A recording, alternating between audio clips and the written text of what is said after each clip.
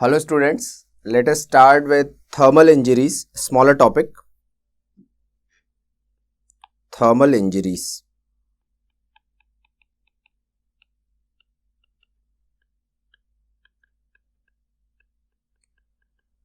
Thermal injuries or heat effects can be generalized or they can be localized. Generalized scenario like extreme heat temperatures lead to, first of all, they lead to heat cramps, in which a person will have loss of sodium chloride through your sweat. This leads to pain in the legs, and what happens here is the hypothalamus is working so as to lower your body temperature. Okay, so hypothalamus is working here. Second effect can be heat syncope. If the intake of fluid is not maintained in high temperatures, the person can fall unconscious for a while and the condition will be called heat syncope. Here also your hypothalamus is working so as to maintain the body temperature by sweating, by causing sweating. So sweating is present in these two generalized heat effects. And the last and the third generalized heat effect is your heat stroke. This is all-time repeat question. Which is asked is, out of heat cramp, syncope and stroke, sweating will be absent in which condition? So very simple. Hypothalamus stops working at a temperatures more than 41 degrees centigrade, and such cases are cases of your heat stroke. So what will be absent? Sweating will be absent in such cases. Okay. You don't need to miss this important finding. Okay. This is an all-time repeat question. Compare this with cases of extreme temperatures. We say hypothermia. Hypothermia occurs in a person when the body temperature is less than 35 degrees centigrade. Okay. This is how we define hypothermia. Now hypothermia has again been divided into three types: mild hypothermia, moderate hypothermia and severe. At what temperatures this classification is there?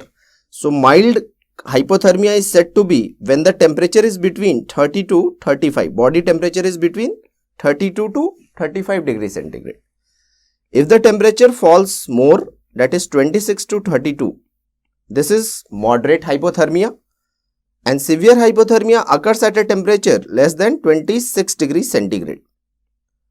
So why to study this? Because this can be a potential upcoming question.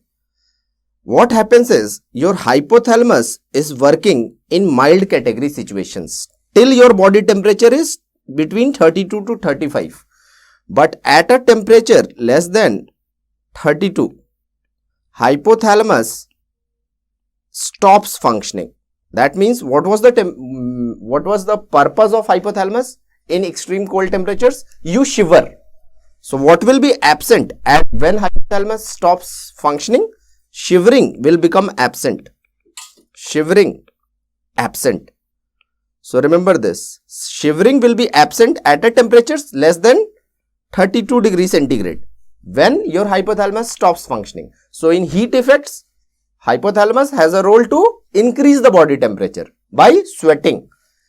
In hypothermia cases, hypothalamus has the function of increasing the body temperatures by shivering, and shivering will be absent when the temperature is less than 32. So hypothalamus stops functioning at such a temperature. So remember this: 41 leads to heat stroke, more than 41 temperatures, and less than 32 degrees centigrade temperatures lead to again stoppage of hypothalamus. So these are the two extremes forming your two questions: heat stroke at a temperatures more than 41, less than 32, moderate hypothermia cases. What will be absent here? Sweating. And here you will have loss of shivering. So remember this. Let us now start with your localized heat effects. What are the localized heat effects? First is your case of antemortem flame burns. Antemortem flame burns. This is to be compared with post-mortem burns. Post-mortem burns. Suppose a person has been killed by gunshot injury and then the assailants burn the body so as to manipulate the findings. As an autopsy doctor, how will you tell whether it is antemortem or postmortem? Very simple. In antemortem flame burns, you will have reddish margins of the burns. The burn margins will be erythematous, reddish or erythematous.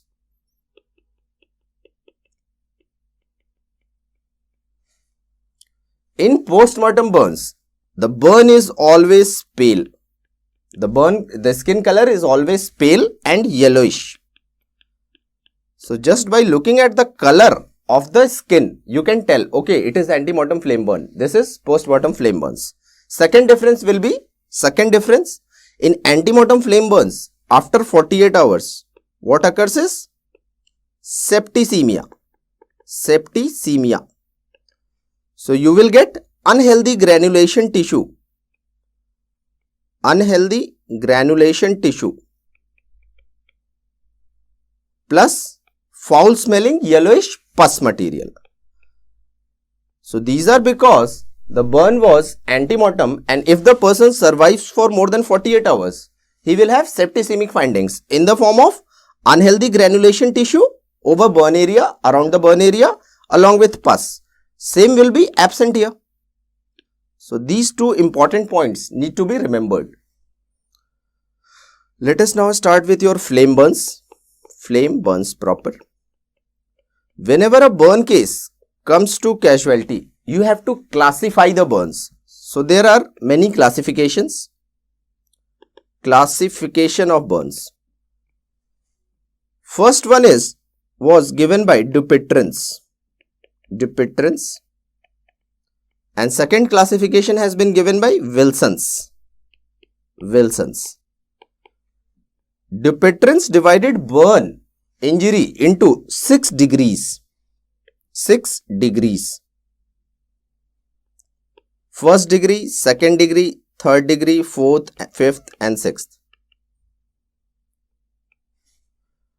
What Wilson's did, he did a smart work. He combined first and second degree of Dupuytren's and labeled them as epidermal burns.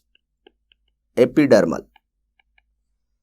Then again he combined third and fourth degree Dupuytren's and labeled them as dermoepidermal. Dermoepidermal. And finally, fifth and sixth degree were combined by Wilson's and called as deep burns. So he made things simple. What Dupuytren's did in his classification, primary degree burns, he told that primary degree burns are burns which will show erythema or reddening of burn margins will be present in antemortem flame burns. Second degree Dupuytren's, this is all time repeat question.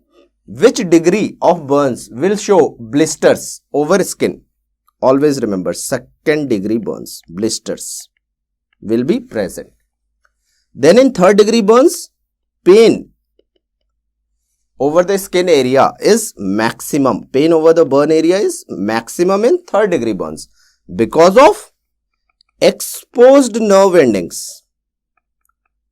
Because of exposed nerve endings. After this, the nerves are damaged by the burn effect. So, no pain. No pain will be there after this, after the third degree burns. So, remember these important points. Primary degree, first degree will show erythematous margins. Second degree Dupuytren's, blisters are present. In third degree, pain is maximum due to exposed nerve endings. So, these are the two classifications, but in burn wards, you don't have time. As a doctor, you don't have time to classify the burns into this degree or Wilson's classification. So, there we use clinical classification. There we use a clinical classification which is called Hebbar's classification.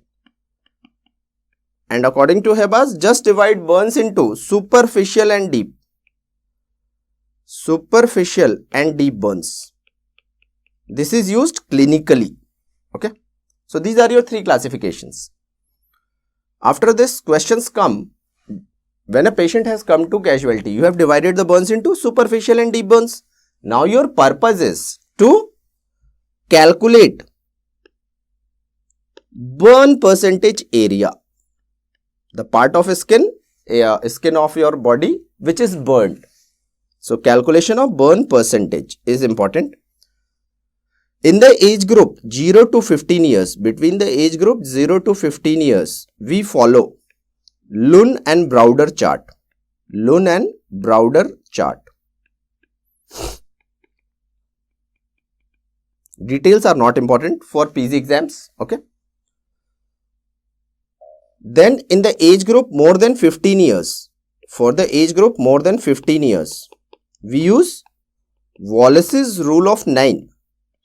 Wallace's rule of 9, in which skin is divided into 9% areas. Let us see how. Let us make a figure of human body.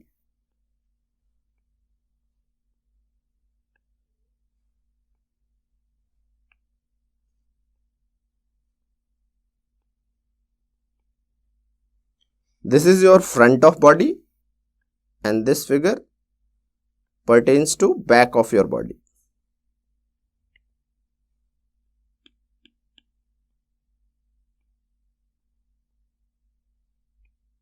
Okay. For the front of body, head and neck together is given 9%. Then your front of chest again 9, front of abdomen 9. Upper limbs in total 9 and 9 each. Lower limbs are given a percentage of 9 for front of lower limbs and 9 again for back of lower limbs. Okay. 9 and 9. So in total lower limbs correspond to 18% of your total body surface area. Then your upper back is given 9%. Lower back is given 9%.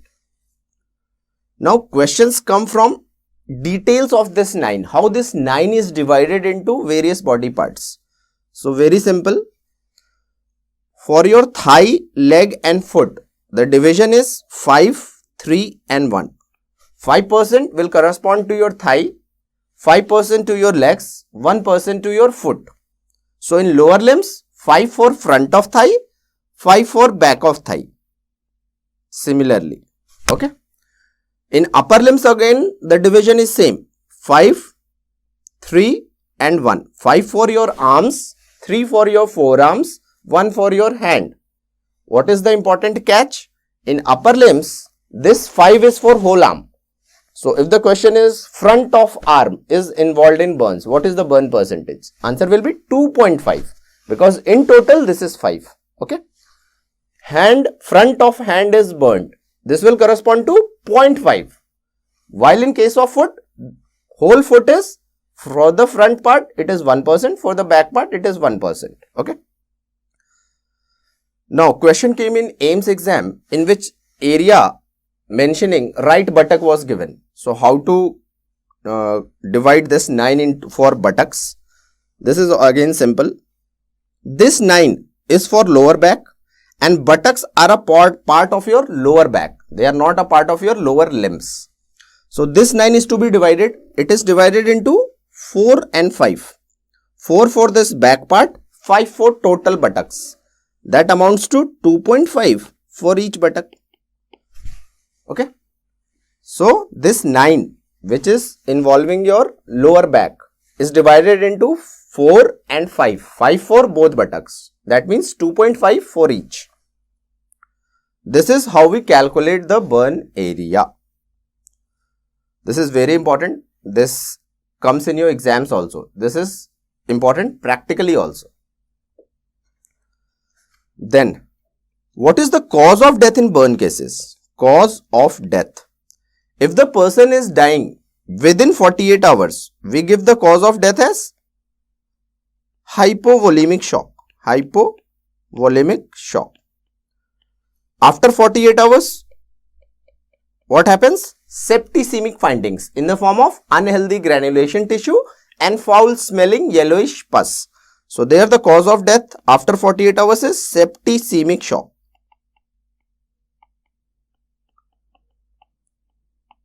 Again questions come. If a person says that I have only 10% burns, I will go to the home and do the home remedies. But he is not aware that untreated burn lesions can transform into malignant Marjolin's ulcer.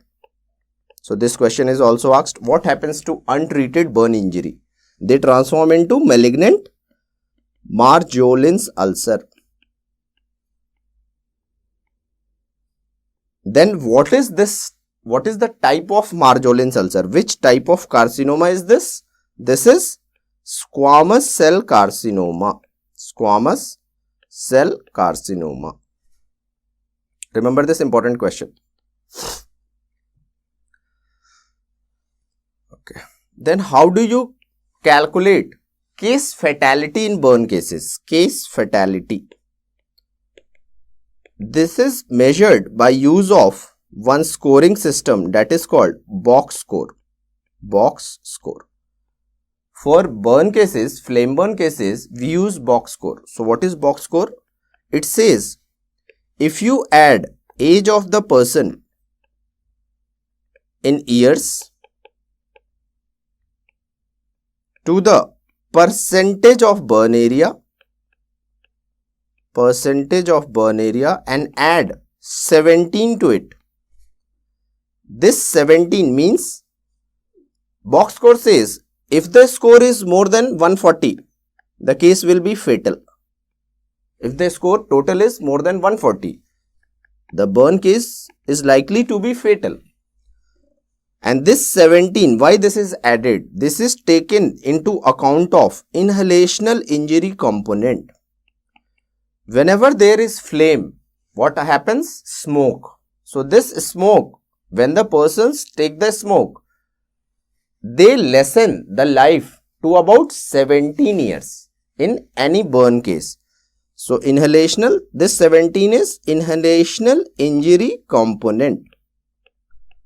This is universal for every age. This 17 is fixed. What will be changed in box score? Age of the person and percentage from person to person. This 17 is fixed. If the score is more than 140, the case will be fatal. Like in a case person of 70-year-old, if the burn area is 60% of total body surface area, then you add 17. What is the score? 147. So the case is most likely fatal. This is the advantage of box scoring in burn cases. Let us now see the cold injuries. Now we have seen the heat effects. Let us see the cold injuries. We have seen hypothermia and its classification. In cold injuries, there are one-liners are asked. First one-liner is, what do you mean by chilblains, or also called as perniosis? Chilblains mean red color, itchy lesions due to cold effect. In cold weather, what happens is red itchy lesions, they get formed over body. These are called as chilblains or perniosis. Second thing in your cold injuries is frost nip and frostbite. Frostbite is seen at minus temperatures. Minus 2.5 degrees centigrade will lead to frostbite. So what will happen at minus temperatures? Ice crystal formation occurs in blood vessels. So there will be defective oxygenation of your tissues. This condition is called frostbite. And the early stage of frostbite is called frost nip, early stage of frostbite, is called frost nip. Then you have a term called trench foot. Trench foot. This is seen at a temperatures less than 10 degrees centigrade. Mainly seen in soldiers when they make trenches to protect themselves from militants and enemies by wearing gumboots. Inside the gumboots, the temperature is suppose minus 10 degrees centigrade. What will happen inside boots? There will be defective oxygenation of your tissues, causing damage to your limb. So, such foot is called trench foot, in which damage is occurring at temperatures less than 10 degrees centigrade, mainly seen in soldiers. Two other terms are there. These terms are seen in, these conditions are seen in old age people. So, what happens in old age? First thing is paradoxical undressing. Paradoxical undressing. In extreme cold temperatures, what old age people do, more than 60-year-old people, what they do? They remove their clothes. In spite of wearing the clothes, they are removing their clothes to protect themselves from cold. This is called paradoxical undressing, seen in old age people. Second thing related to old age is hide and die syndrome. Hide and die syndrome. Peculiar thing seen in old age people, what they will do in extreme cold temperatures? They will go to a corner of a room and whatever things are present in the room, they will cover themselves with those things like tables, chairs, everything they will bring to the corner and they will hide themselves there. So, this is called hide and die syndrome, seen again in old age people. So, remember the important terms related to cold injuries. One is chilblains, also called as perniosis. This is red itchy lesions due to cold effect. Then you have frost nip, which is the early stage of frostbite, and frostbite is seen at a temperatures, minus temperatures, minus 2.5 degrees centigrade, in which ice crystal formation occurs in blood vessels. Third is next is your trench foot, seen at a temperatures less than 10 degrees centigrade, in which defective oxygenation to tissues is there. And in old age, two terms, paradoxical undressing and hide and die syndrome should be remembered. Okay, this finishes your heat effects and cold effects. Let us now come to electrocution or electric injury. Electrocution or electric injury.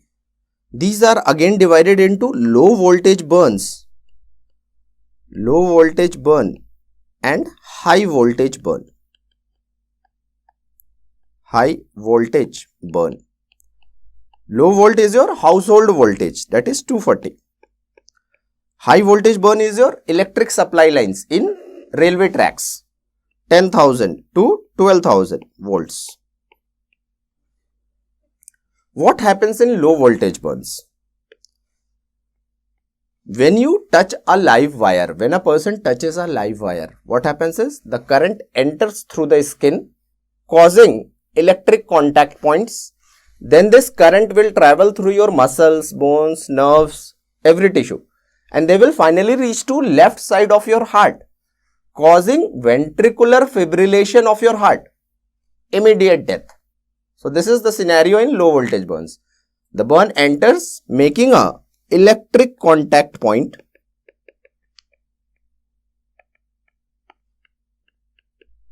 which is also called joule burn or endogenous burn, because the current is traveling inside your body. So, it is also called endogenous burn.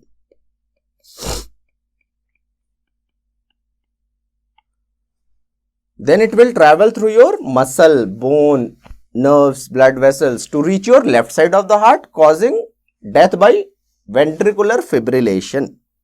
So, let us see the features of this electric contact point. How will this injury look like?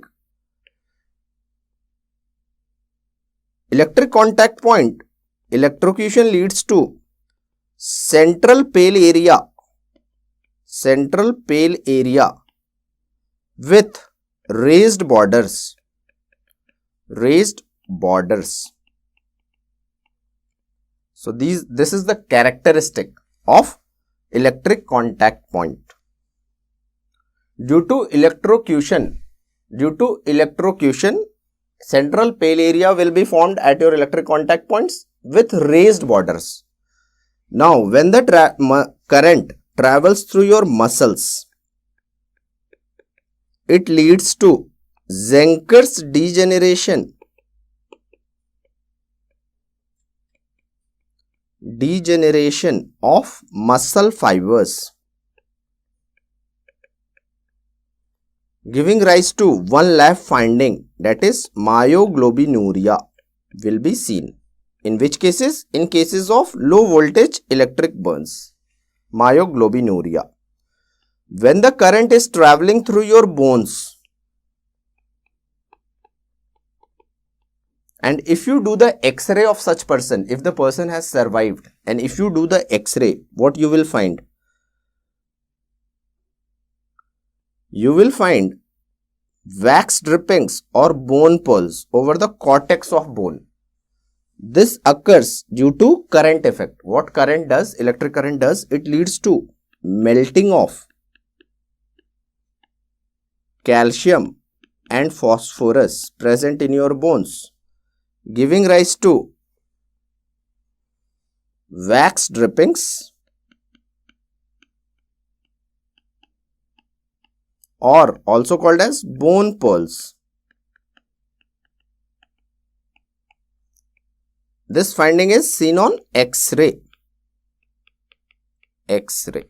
Okay. Then question can be asked, which is your body part which is highly resistant to electric current? Most resistant or highly resistant? Highly or most resistant part of your body is dry skin. Always remember, dry skin will give maximum resistance to your electric current. Come to high voltage burns. What will be the scenario there? High voltage burns. If this is your train, suppose a person is lying on the top of train. Above him is the electric wire of 10,000 volt line. Due to this high voltage, what happens is there is arcing of current all around the electric wire. Arcing of the current. This is called arcing. Arc of current. Seen in high voltage lines. Now this person who is lying over the train, he is thinking the wire is very far from me. But the moment he comes into contact with this arc, what will happen? This high voltage current, it will enter the body. So there will be multiple entry points of electric current. And these entry points lead to multiple punched out lesions over your body surface. Punched out lesions over body surface. This finding is called as crocodile burns. Crocodile's skin surface is rough. So due to, in case of high voltage burns, what happens is multiple punched out lesions give a rough appearance. So that's why these burns are called crocodile burns. Okay. After high voltage burns, questions are asked from lightning burns. Lightning burns.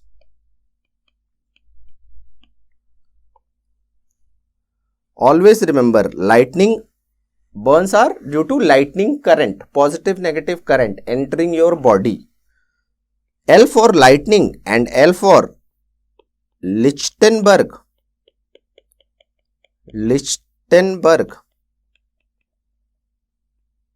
flower burns.